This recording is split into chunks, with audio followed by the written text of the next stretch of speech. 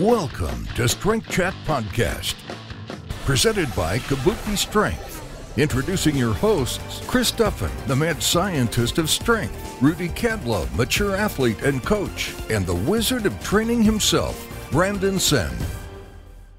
Hey everyone, Brandon here with Strength Chat Podcast. On today's episode, we have Chad Wesley Smith, founder of Juggernaut Training Systems and JTSstrength.com.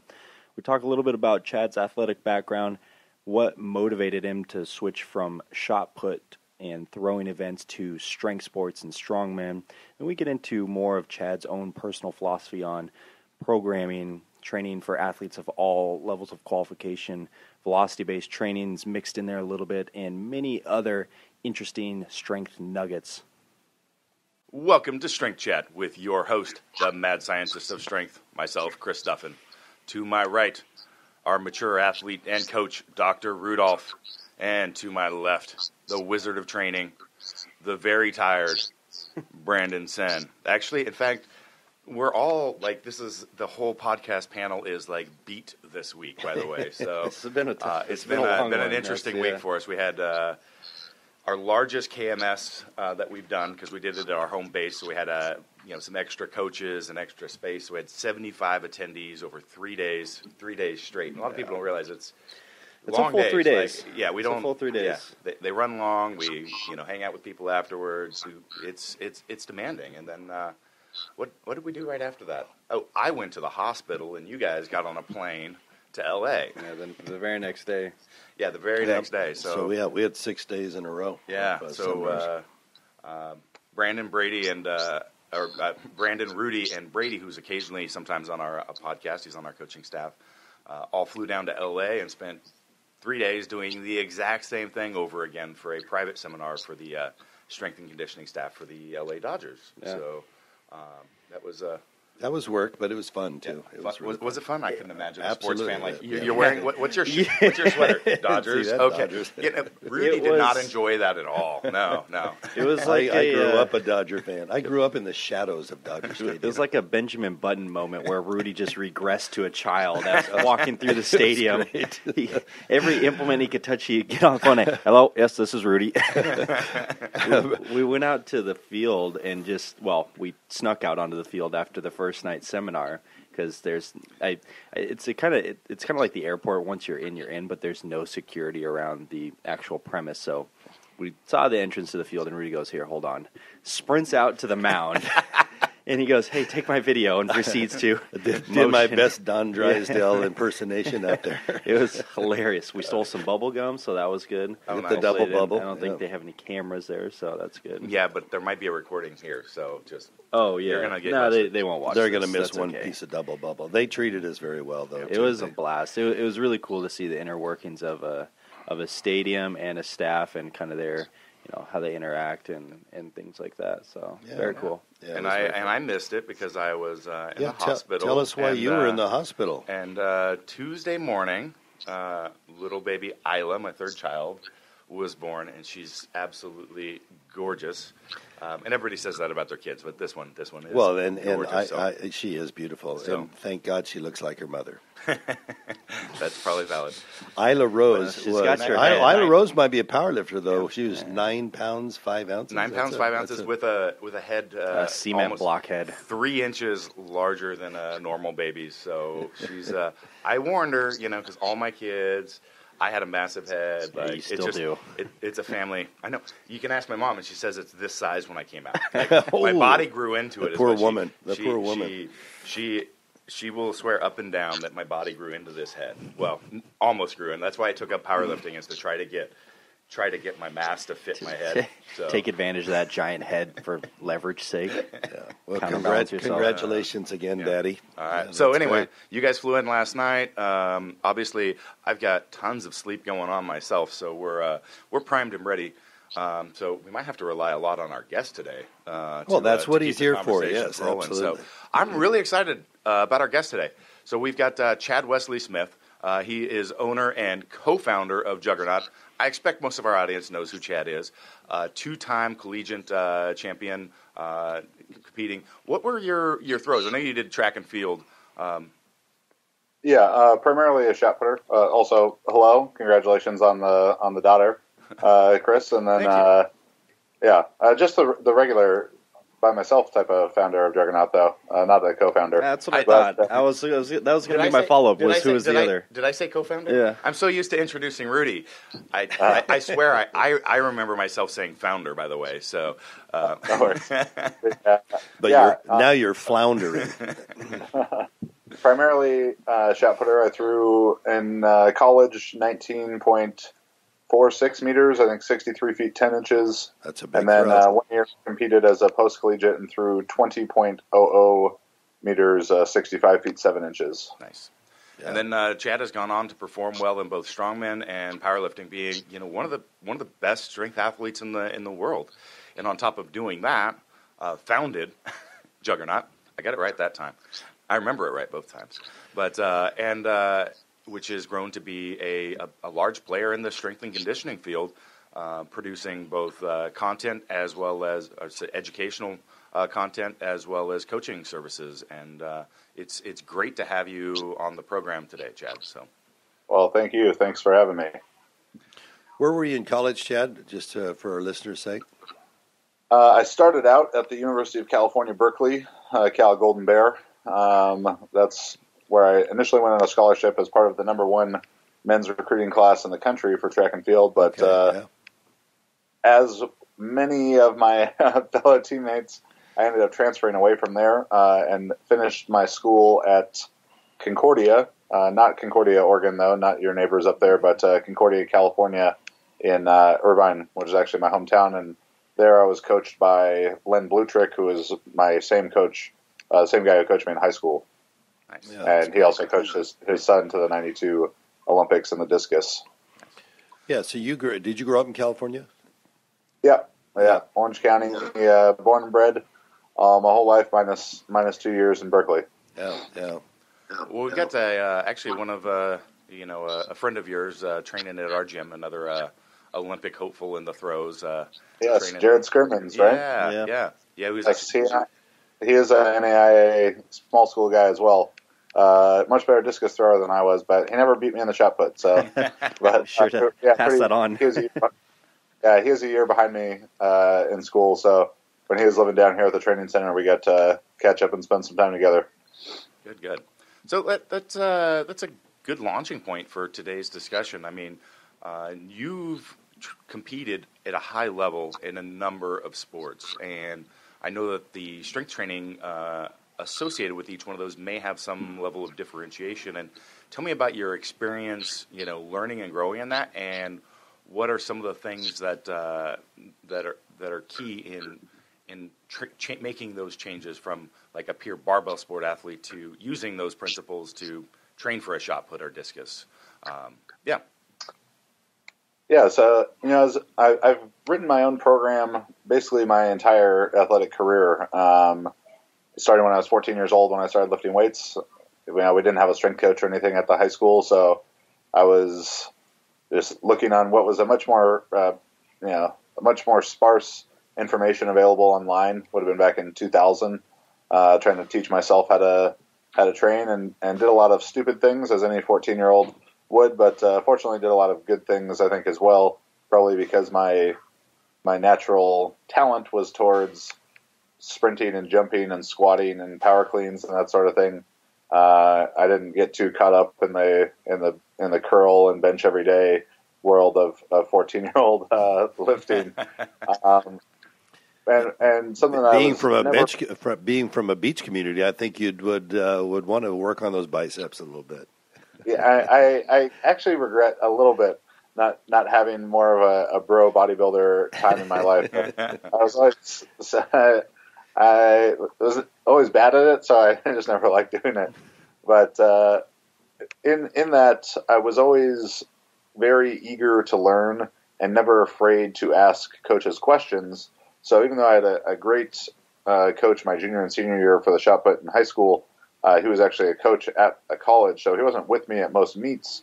So I had sort of the opportunity to have to kind of latch on to some of these other schools with more experienced and established coaches. And as I was getting recruited just talking these coaches ear off because I wrote my own program. I was like, well, these are the guys who know how to do it, so I'm going to ask them all the questions that I could. And as I progressed through my track career, I regrets, maybe not the right word, but definitely would have done things a lot differently from a training standpoint. And most of that would center around a misunderstanding or, for the largest part, not even a knowledge that this concept of special strength existed, where I had very high general qualities for shot putting, that I could jump very high and run fast and squat a lot and bench a lot, and even do, stand throw, like just throw from the power position really exceptionally far and high results in those, but didn't have the technical qualities along with it. And then sort of this special strength and rhythm and just practice that comes from more and more throwing overweight implements, underweight implements, more general throws. So that was sort of my big takeaway from track and field, was the understanding of special strength. A lot of what you guys do probably would have come in handy to me in terms of velocity-based training. Shot putters are some of the strongest, most powerful athletes in the world. But when you really think about it, a 16-pound shot put, or in like Jared's case, a 4.4-pound discus is exceptionally light for someone who benches 500 pounds and squats 700 pounds and power cleans 450. So, putting a bigger emphasis towards, and I, as a college kid, I wouldn't have been able to afford a 10-day unit anyways, but just putting more attention towards that. And then, as a high school athlete, I got this very quick return on, well, I put 50 pounds on my bench and I threw 4 feet farther. So I'll just keep doing that over and over. But as the qualifications continue to rise and training has to become more specific and have a higher degree of transfer, I never really successfully made that transition. But fortunately, it did leave me being very strong. So I was like, oh, powerlifting, you have to be strong for this. So I'll just start doing that. So it was able to get me off to a very quick start as a powerlifter. Did you ever think that this would be, become your life and your career in the fashion that it has? So I founded Juggernaut in 2009, and I was still throwing the shot put at that time. I graduated college in May 2009, and then Juggernaut opened in September 2009. I'd been coaching high school football and track and running the off-season programs for both of those for the previous 3 years to that. So I had a little bit of a kind of built-in client base from that and connections. But we started as a sport performance gym where I was, I guess 6-8 months into it, I was a powerlifter, but I was the only powerlifter there. Everything else was football, jiu-jitsu, volleyball, swimming, water polo. And if you would have told me then in early 2010 that I was going to get to travel around the entire world, basically teaching people how to squat and bench and deadlift and how to do that better, I would have told you were crazy. Probably because, one, that would have seemed like such a far-fetched idea in 2009, 2010, before CrossFit had really helped powerlifting and weightlifting grow so significantly. Yep. In fact, the first powerlifting meet I ever did was October 2010 and was the first ever USPA meet. Steve Dennison had just broken off from the USPF, and I had never even been to a powerlifting meet, but I was sponsored by Elite FTS as a shot putter, and then kind of transitioned to powerlifting. And I was like, well, I'm strong, so I guess I should just I'll do this. And I showed up there really with no idea what to expect, because there wasn't YouTube tutorials of things to expect for your first powerlifting meet, and none of that existed at that point. So I show up to a high school gym in San Luis Obispo and did a meet with about maybe 30 other lifters. So for powerlifting to grow from 30 lifter meets where you could tell everyone was a powerlifter, you could look at them and be like, without a doubt, all these people are powerlifters. And now every weekend I could drive an hour from where I live here in Southern California and find a meet with 60, 90, 120 lifters every single weekend, from 13-year-old kids to grandmas and grandpas. So the sport has grown so much; it's created so many more opportunities be able to do the stuff that we get to do now. Yeah, that's great. You got the opportunity to start in that earlier phase and get an experience of it, even if it was kind of on the tail end of it kind of changing to what it has been today.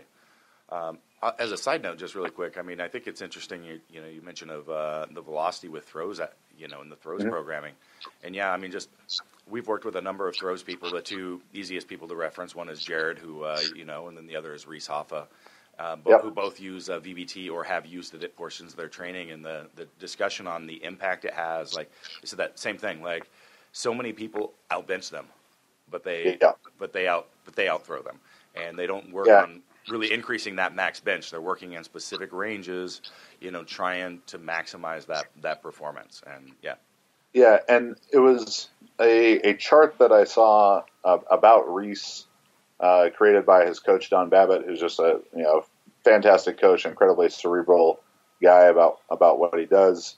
And it was a chart tracking Reese's progress from his freshman year at University of Georgia through the year that he threw his PR. And in that time, maybe he went from throwing 19 meters to 22.40, something in that range. And it had his bench, squat, vertical jump, 40-yard dash for probably 30-meter sprint, broad jump, overhead backwards, standing throw, different weighted implements.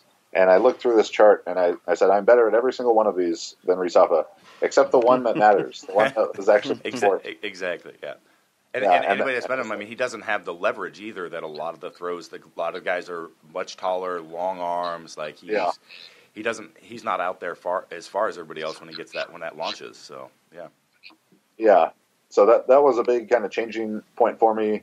There's another thrower, a guy named Justin Rohde, who's I'd say the most successful Bondarchuk based shot putter, and that sort of opened my eyes to like these concepts from Dr. Bondarchuk of special strength and very high frequency training of the technical skill and special developmental exercise has big application in the shot put, because I'd seen its efficacy in the hammer throw through Dr. B's stuff, and then it's like, okay, Dylan Armstrong threw the shot put really far for Dr. Bondarchuk, but when he showed up, he benched 580, and I've been told could power clean 240 kilos by a couple different sources. So, like, I don't think he really had to do any more max strength work at that point. So I didn't really consider him to be a good example.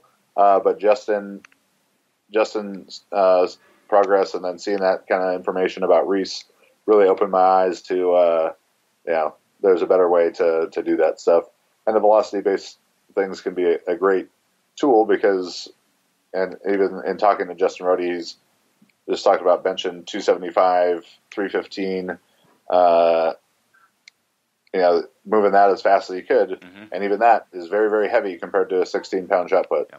So yeah, a lot of people don't realize when you talk about velocity, it doesn't necessarily mean like velocity. It's so much as effort. And that's Brandon refers to a lot as effort-based training. So you don't have to have a device hooked to you. Like if you've got 275 on the bar and you're a 400 bench or whatever, like trying to move that as fast as you can, put as much effort into it as you can, and we're really working that. So yeah, so Chad, the more objective feedback though of the tools does make it a bit nicer for the. It does. Yeah. So having those tools now and the knowledge and experience that you've gained over the last 17 years or so when you were 14, if there was a Chad Wesley Smith Jr. who is 14 years old now and wanted to follow, how would you program him differently than you were programmed yourself? Yeah, so we would throw more. We would throw more of a lot of different things, whether that's more practice in the shot put and the specific technique, breaking it down to more of its drill components. Where I was a glider through most of high school, so it was just stand throws and full throws. And then I switched to rotational with stand throws and full throws, and maybe some drill work in the middle. So breaking down the components and phasing that out through the year of maybe stand throws are better suited to throwing overweight implements and maybe underweight implements for higher volumes of throwing. So that kind of stuff, along with more general throws like overhead backwards med ball, scoop, rotational, all types of exercises like that. and then taking a much more submaximal approach to the weight room.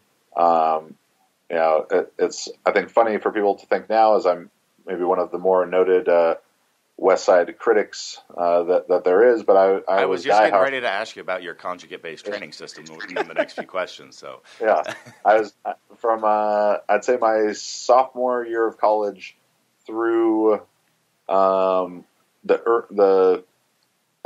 through the rest of my shot put career. So maybe from about 19 until I was 23, 24, I was diehard into West Side and applying that to my throwing training. And I threw very far. I threw much farther than most people who will ever throw the shot put, but I could have thrown much farther looking back. And though it yielded me these very high general results, like a 500-pound ballistic bench press my senior year of college, a 35.5-inch vertical, about 290 pounds body weight, over 50-inch box jump, all these kind of things, it didn't get to translate to farther throws because it is such a high stress activity of max effort squatting, max effort benching, or dynamic effort work, that it didn't leave enough energy and enough recovery capacity to dedicate towards the more specific work. And it's like when the squat, bench, Olympic lifts, jumps, whatever, are really general in nature for the field sport athlete, whether throwing, football, whatever. Why would I use something that's so high stress, and to use the Charlie Francis analogy of the nervous system as a cup, and every stressor that is imposed on the body fills that cup up to a varying degree. Why would I fill my cup up so much with something that's general and could have been replaced by something else? So even though I had those super high general results at age 22 and 23, if I could have taken the more slow cooked submaximal approach to things, it's very likely I may have had those same general abilities by 27 or 28, but brought a lot more technique, timing, rhythm, and special strength along with it, and extended my shot put career out a few years, and maybe made a better run at the Olympics, because I did have things even that I could do much better than like the stand throw, for example, for whatever that's worth. I was stand throwing well over 18 meters, where Reese is maybe stand throwing 1650, but his 1650 turns into 21, 22, and my 18 turned into 20. So, yeah. So that's just comparing sheer strength to adding the athletic ability and movement and the obliques, getting the different planes involved as opposed to just the sagittal plane of a powerlifter. For sure. Well, that was a great assessment of like your that history and how you apply your knowledge base today to it. So thank you. I really enjoyed that. Who are you learning from today, and who are some of the the big influencers on your approach to the philosophy of strength training? Yeah. So I think my biggest point of learning today is just an observation of the people that I work with. As far as the people who have had a great influence in the way that I think about training, I'd say number one, far and away, is James Smith, the thinker. And for anyone who's read or attempted to read his works, he has a lot of great concepts. And I had the good fortune to employ James for a year, and in that time, so much of the information that every coach, I read Super Train, I read Science and Practice, and it's like you might have looked at the words on the page, but you didn't know what the fuck it meant. And to see him, who I think had a masterful understanding of it, apply the ideas of Sif, Zatsarowski, Issarin, Bondarchuk, Charlie Francis into the actual creation of programs, it all became very simple seeming. These very very complex concepts and sort of convoluted language that gets used in a lot of those books. When it became a program and I saw it play out in front of my eyes, it sort of all clicked for me.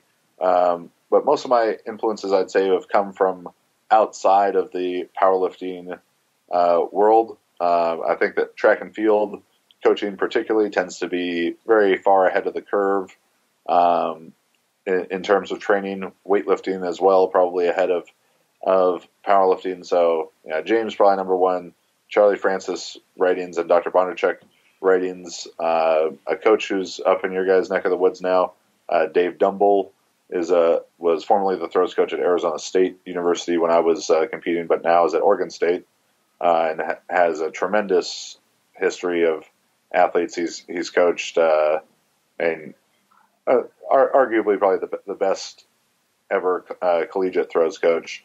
Just a younger guy, so not as long of a career with it. In weightlifting, a lot of the older, the Medvedev stuff that Louis would reference a lot is a very old Soviet system that they don't really employ at all. But getting to talk in person a lot with Klokov about what he did and see, just sort of observe a lot more weightlifting training, particularly in the last 3-4 years as Juggernaut has become more involved in that space, has certainly given me a lot more ideas. Great, excellent. Seems like there's been a real push towards principle-based training in regards to programming methodology, and we've kind of hopefully slowly going away from this specific method and how can it fit into this other method. But there's been a real push towards principles that you've kind of seemed to lead the way with your book that came out, Scientific Practices of Strength. Scientific Principles of Strength Training. Principles, yeah.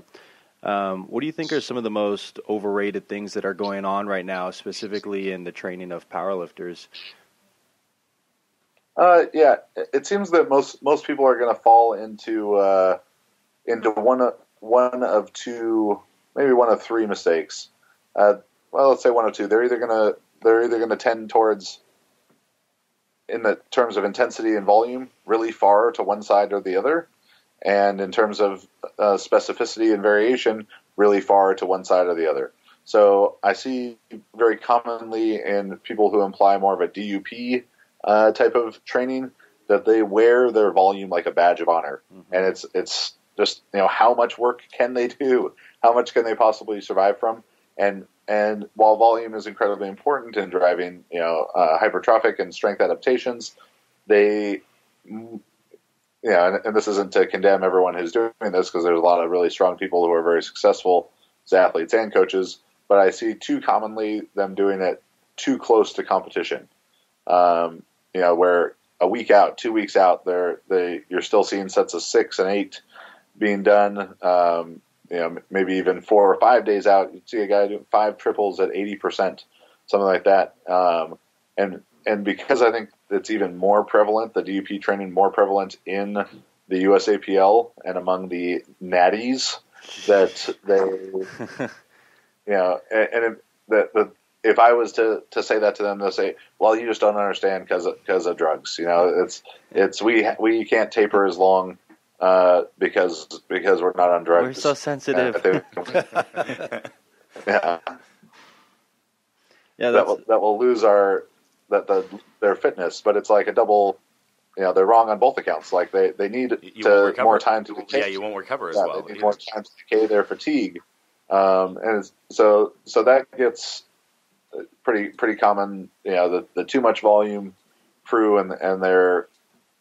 Dr. Mike has done a lot of writing about these different volume landmarks: minimum volume, minimum effective volume, maximum adaptive volume, and by the most popular MRV, maximum recoverable volume, that people are really pushing to find out, where is my MRV? Asking themselves at the end of every week, but did I die? And then they do more. And probably, even though they may be recovering, they're not adapting optimally to that. Then the other side of things would be people who are, heavily influenced by like Bulgarian style training. So they're all intensity with no volume. And, I get to work with Max Ada every day, and I don't know if there's anyone in America who has more firsthand experience training in that fashion. He squatted daily maximums, not just a daily max, but multiple daily maxes every day for 13 years. But yet there's still people on, in the YouTube comments section who want to tell him about how daily maxing works and doesn't work. But, from when they ran it for 3 months.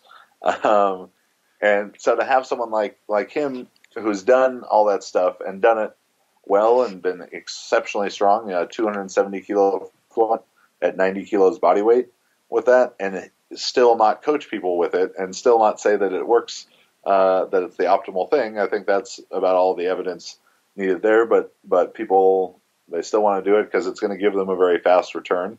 And then they just keep chasing that and run into, adaptive resistance and various issues with that.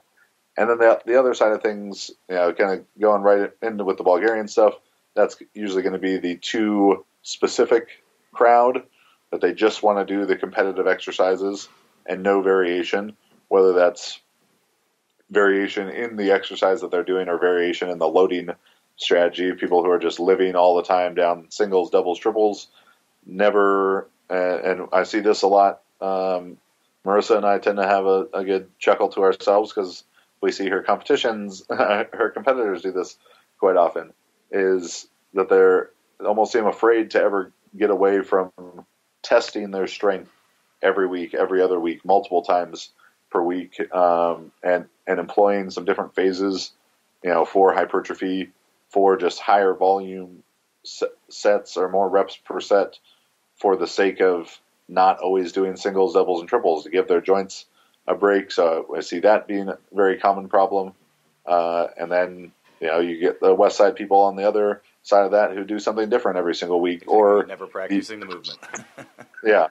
Or DUP people who have too great a variation, like within the same week of loading strategy. Maybe they're choosing exercises very appropriately, but on Monday they're doing triples, and on Friday they're doing sets of 15 and competing for, trying to ride two horses with one ass. So yeah, people are fucking all over the place. Is what I'm really. Brandon and I just had some recent discussion and reflection on my training the last year and a half, and when I did my training cycle for the large sumo deadlift, I had a very good prep period. We spent 9 months in different phases, and then after that, I decided to jump on trying to do a massive conventional deadlift. And I didn't really give myself enough time because I had that's what I did. And, over the period of time, I really think that hurt me towards the end of the cycle, just being in that specific range. Because the tail end of the sumo deadlift was very specific. And so I ended up with this really long, very, very specific training period. And now I'm going to go back and spend quite a bit of time on some more time than I typically would on hypertrophy blocks, because not only did I think it negatively affect possibly my performance, but my body changed too. Like I lost, my biceps disappeared and my quads shrunk. But the back stayed. Imagine that. Yeah, that's something that I've struggled with in my own training as well. Is particularly if I try and go from one meet right into preparation for another meet, and it's easy for me as a coach to see it from the outside with people that I work with and be like, no, we got take a month, very general training, machines, stuff that's just fun for the sake of being fun, especially for me coming from this athletic background and more varied training of strongman and powerlifting together, that when I really got rolling in powerlifting, it was like, all right, we do the Pro Raw, and now we're going to go right and do LA Fit Expo, with a week in between of the preparation. And I would, one, get beat up physically because the weights are heavy, and it was never like injuries, but it was, maybe the left adductor is tweaked, and then that jumps over to the right oblique, and it just kind of ping pongs back and forth throughout the body. Or, all right, we back off for a week and then push hard for 2 or 3 and it's going great, and then ouch, this hurts, so we got to change something again.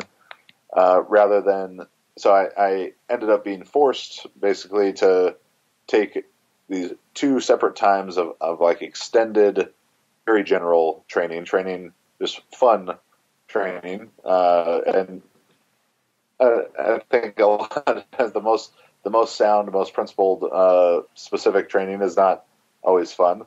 But when I got to these points of sort of being fed up with, little nagging type of injuries and And I was like, oh, squat, bench, and deadlift, fuck that. I don't want to do that every day anymore. Or even variations of them. So I take some time to do weightlifting type of movements and hill sprints and box jumps and, some strongman stuff, or just whatever seemed interesting for the day to not only keep the body moving along, but also my mind being able to sort of get hungry to touch the real heavy weights again and stay engaged with that. I think that's a really important note, and I've actually, in the past few years, I've seen you post those up, and I've been really appreciative of that because so many people get so focused, and they end up forgetting why they got into training for the first place because it was enjoyable and it was fun, and they're just like, it's like a job, becomes a job, and I've always done a similar thing. I mix things in my training that are just fun, and people think because I'm, pretty cerebral with my lifting and approach that I'll get all these questions. Why are you doing this? What's that accomplished? I'm like, it's fun. I want to do it. Like that's it. Like and that's okay. And you actually, in my opinion, need it if you want longevity in any sport because there's only so long that you're going to beat your head against the wall. That's delivering you results, but it's like mentally is challenging. Yeah, and when I did it, probably most successfully, I had to make it about like maybe a 4-month period of doing that stuff. Because I did it as a reaction to feeling burnt out and sort of disillusioned with the regular powerlifting training. Where if I would have done it preemptively, I probably could have just done it for like a month and then been back into regular training. But that would make sense to me as well. Yeah, that's probably a really good time to segue into like periodization type stuff. You've been a big proponent, at least from the stuff that I've kind of gathered, more towards periodization, the idea of phase potentiation, maximizing different things at different times of the year. And certainly periodization is a much more preemptive strategy than something that's more reactive. There has been a small shift into more of a concurrent style of training, which I don't know really how concurrent it is because it's like hypertrophy and strength. It's not like strength and aerobic conditioning, but it still comes off as concurrent style training, which, for our listeners, what I'm loosely referencing is like a top single followed by like eights. What's some of your thoughts on like classic periodization, going from phase to block, trying to build on top of that through the course of the year versus some of the more concurrent things that we're seeing right now? Yeah, so a more pure phase potentiation of hypertrophy strength peaking is what I mostly employ with people that I coach and with my own training.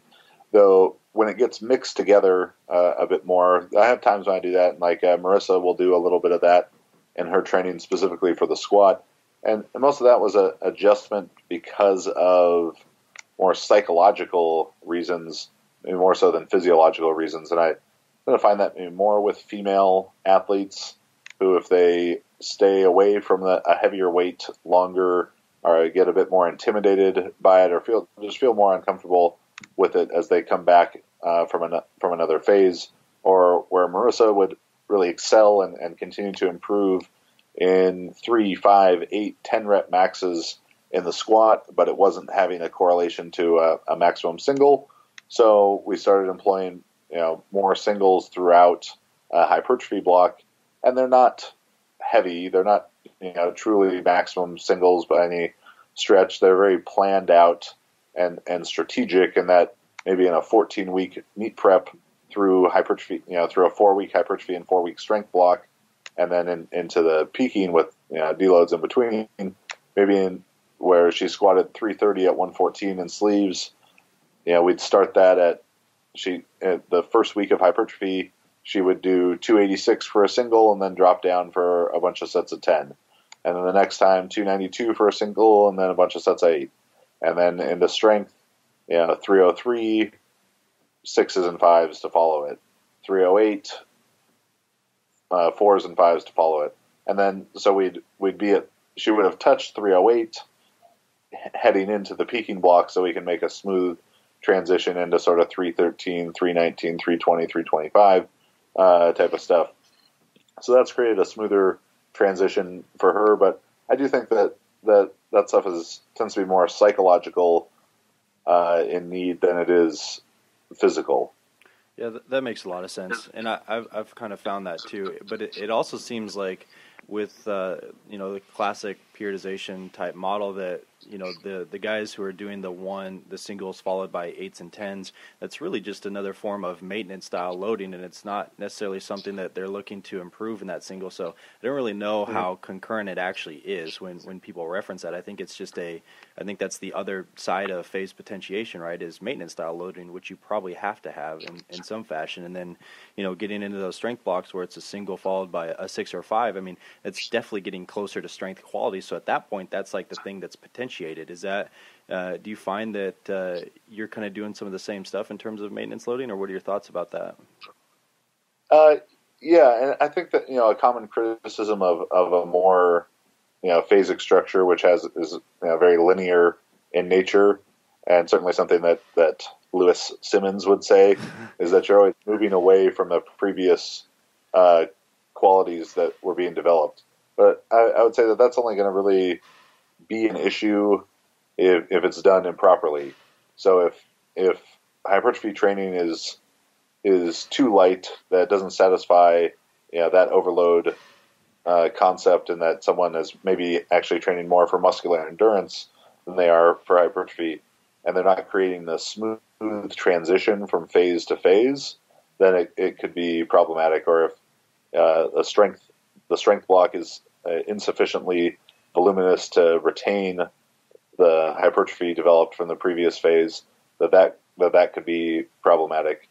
But yeah, throwing the singles in and stuff is, like I said, I think it's mostly psychological, but it can certainly help create a smoother transition from phase to phase for people.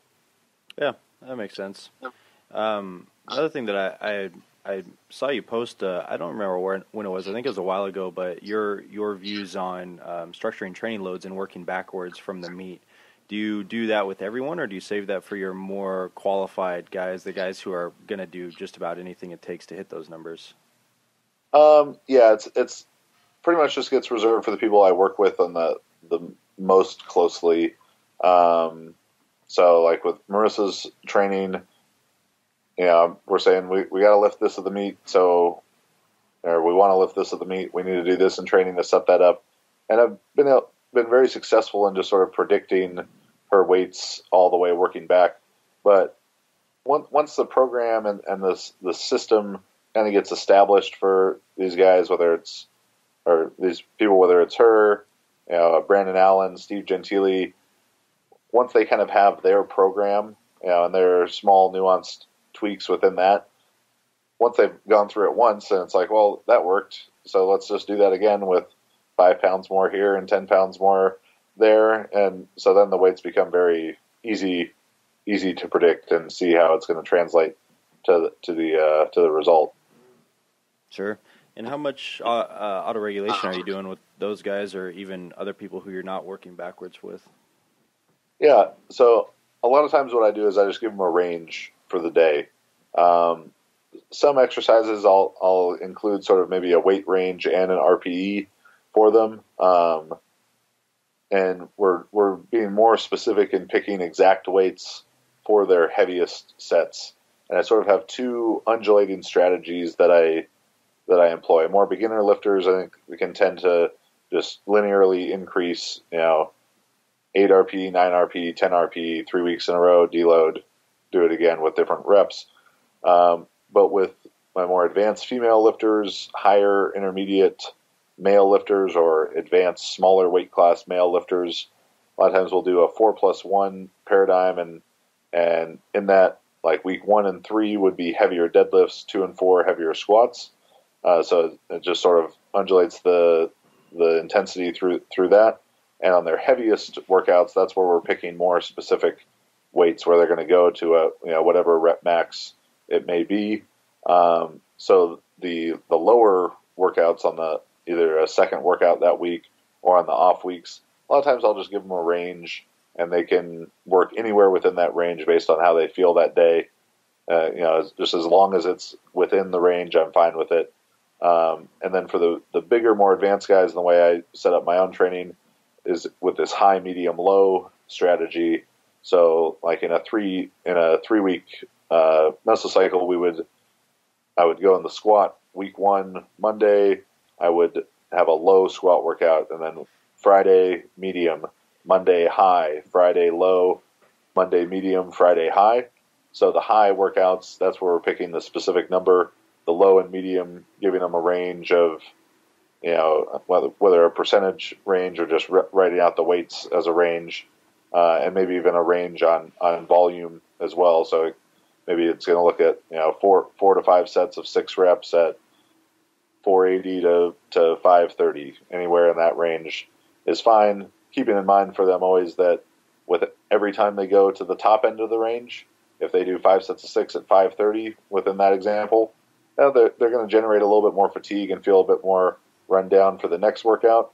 So the next workout's probably going to end up on the lower part of that range.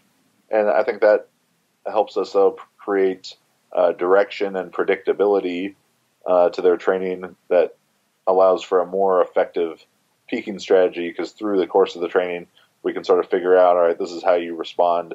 This is how many days it takes you to feel good again before we can go real heavy. Yeah, it's actually something very similar that I do is in loading ranges, either with straight percentages or velocity or even RPE ranges. It's very uncommon for myself to even give one specific RPE.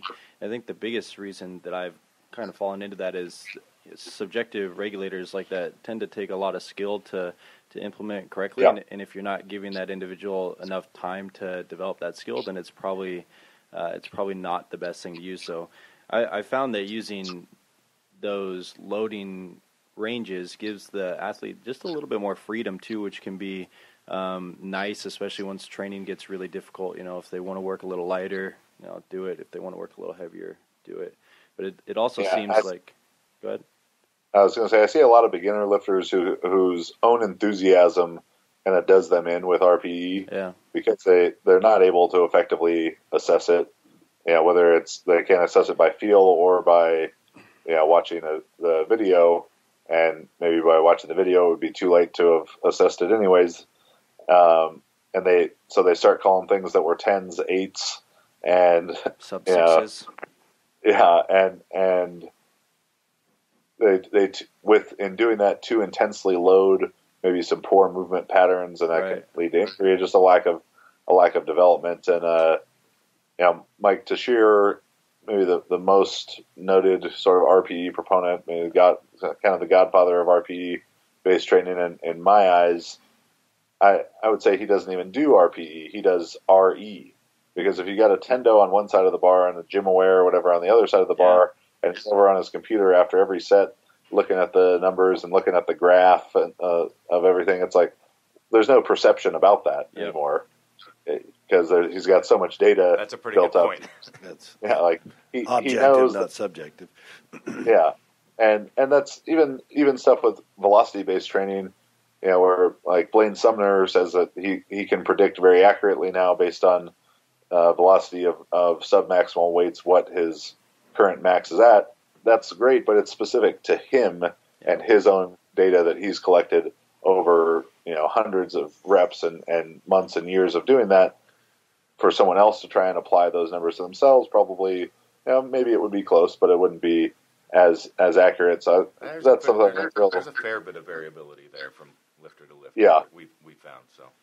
Yeah, that's we actually had Mike on our podcast a while ago and talked about that exact thing on how he was using velocity and RPE, and it actually came about where he actually started using early in his career velocity prior to using RPE even, and he started using velocity as a means to now choose what RPE or to validate the rating that he thought it might be. So I think that's a really interesting discussion to have. It also seems like people implement autoregulation way too early in training cycles, where the predictability of training loads and volumes is probably pretty high, especially if you consider early on in like a hypertrophy phase when you'll probably be fairly far away from failure. So the scalability of RPE, it can be kind of challenging, or those other subjective regulators. And it seems like, I'm not sure if this is intentional by Mike, his training plans seem to be favor intensity, even though he's doing a lot of volume. And I think the biggest reason for that is the method of using RPE kind of dictates where those how high up the percentage chart is. It seems like there's probably a gap. I think you know between maybe 85 to and below, or where 85% above is probably fairly accurate with RPE, maybe 80% and above. But once you get below that, it becomes pretty difficult to gauge if you have 6 reps in the tank, 5 in the tank, 7, things of that nature. So, yeah, I always got 20 in the tank. And then you fail the next rep.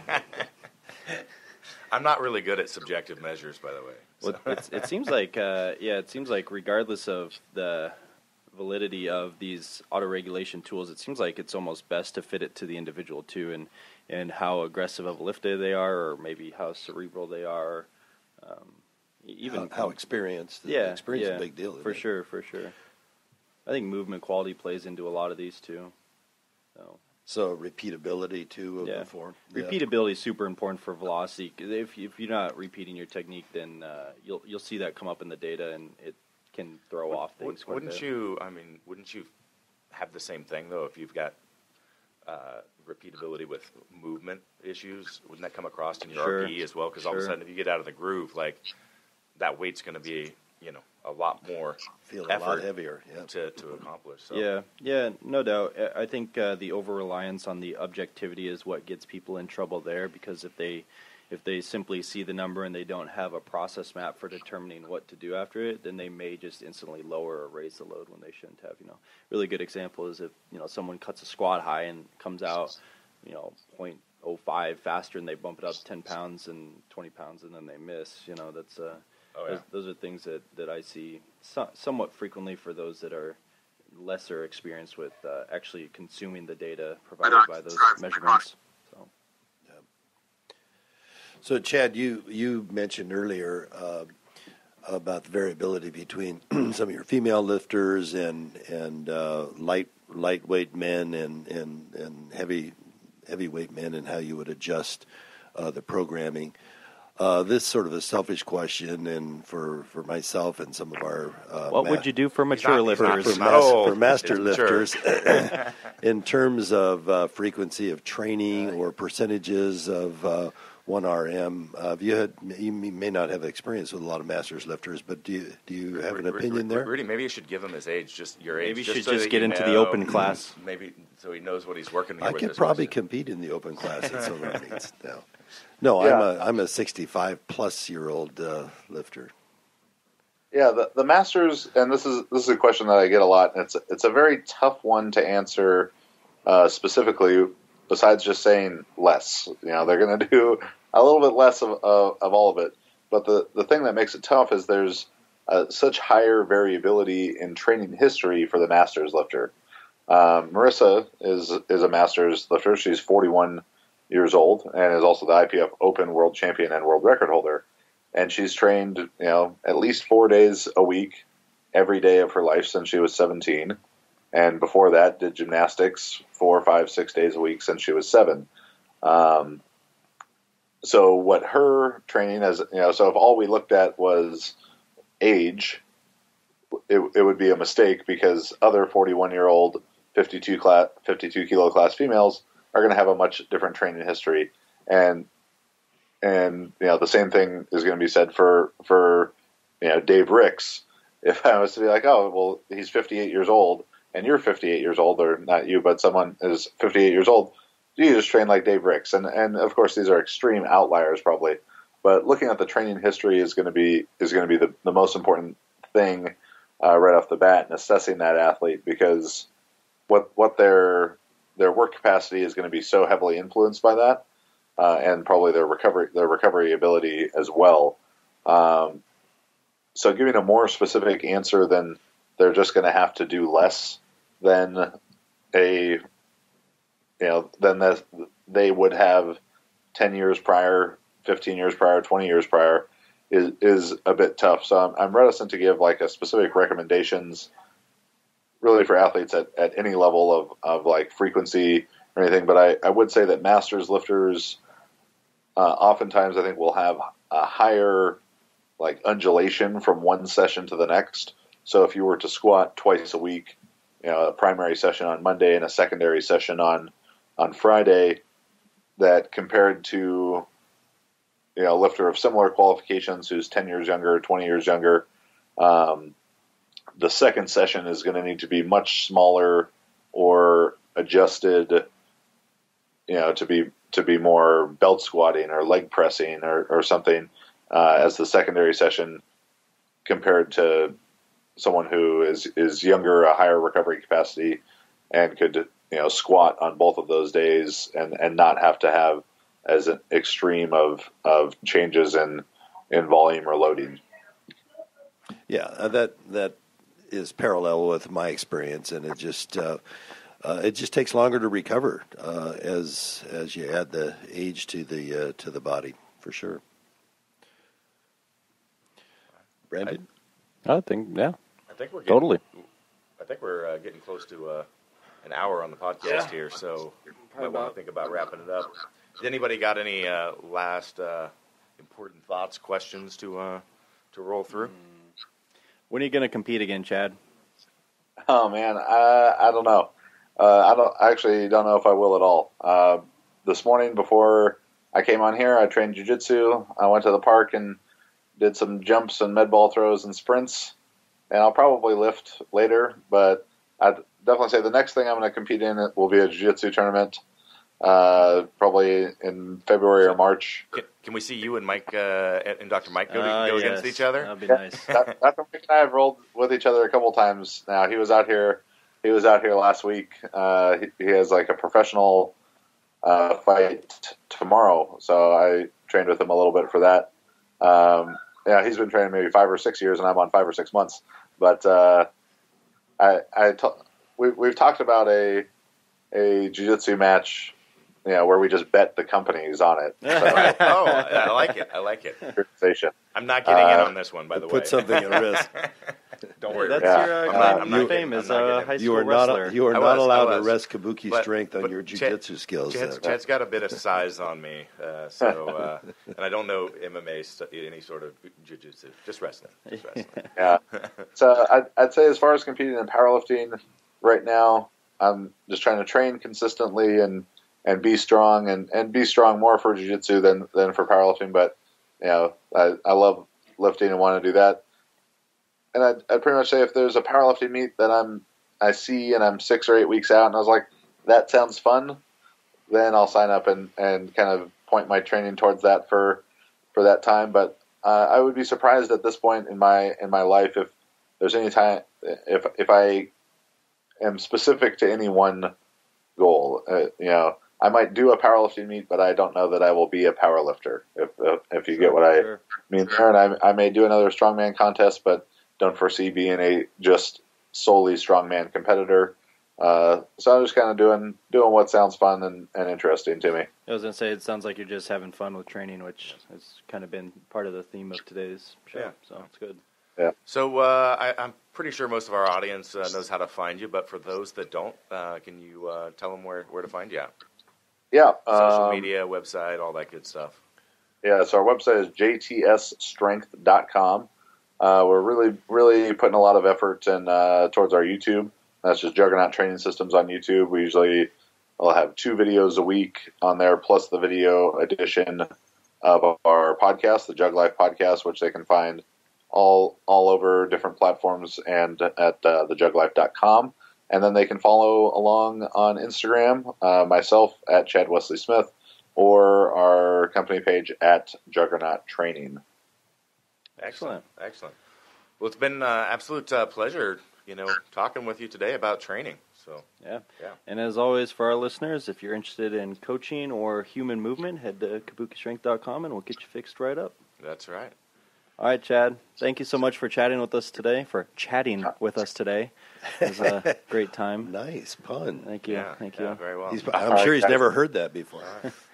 Thanks for having me on. Talk to you soon, Chad. Thanks, Chad. You want to hang out for just a sec there? Yeah. Okay. All right.